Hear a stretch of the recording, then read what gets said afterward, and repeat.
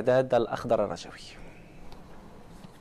استحقاقات هامة تنتظر فريق الرجاء البيضاوي هذا الموسم، وعلى رأسها رهان الفوز بالدوري الاحترافي.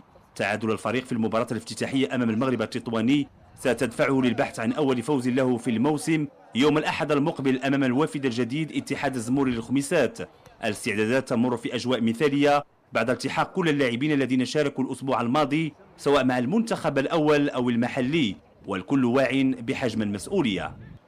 صحيح ان المباراة بعد مباراة تطوان يعني كان فراغ شويه، وين كانوا عندنا لاعبين في المنتخب، كان تقريبا 11 لاعب مشاو يعني ديفيرونت سيليكسيون، واسترجعناهم يعني من اليوم استرجعنا كل اللاعبين، وان شاء الله نحضروا بهدوء المباراة ان شاء الله تاع الخميسات. مقابلة الخميسات اللي ما غتكونش مقابلة سهلة، كنتمنى ان شاء الله باش نفوزوا بهذه المقابلة هذه اللي تخلينا باش نزيدوا نثيقوا بريوسنا اكثر ونمشيو ان شاء الله مزيان في البطولة. احنا مجموعة نقدموا ان شاء الله واحد الموسم جميل هذه السنة ان شاء الله. كل واحد باغي، كل واحد عنده طموح ديالو باش يحقق واحد اهداف كثيره ان شاء الله. نديو بطولات مع فريق الرجاء، فريق كبير، فريق القاب وعنده جماهير كبيره، وان شاء الله تنتمنوا توفقوا نديو مع شي لقب ان شاء الله في هذه السنه.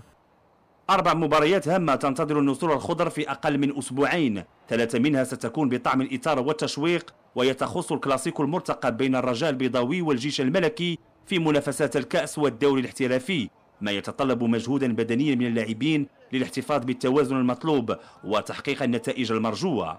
لازم نحضروا روحنا، الفريق كامل يعني 20 أو 23 لاعب كلهم نجهزوهم للمباريات هذه اللي قراب لبعضها، قريب 5 أو 6 مباريات يتلعبوا في الظرف هذا. ما عندناش خيار، لازم بالعكس لازم نشجعوا البرمجة باش تبقى في وقتها، نشجعوا هاد لا فيديراسيون هذه باش يعني يا بوكو ديشيونس في المغرب، راه كاينه كوب دي موند، كاينه كوب دافريك، كاين كاس العرش تتلعب على مرتين، يعني دو ماتش كاليفيكاتيف، كاين الشامبيونا، راه سي با فاسيل لصحاب البرمجه.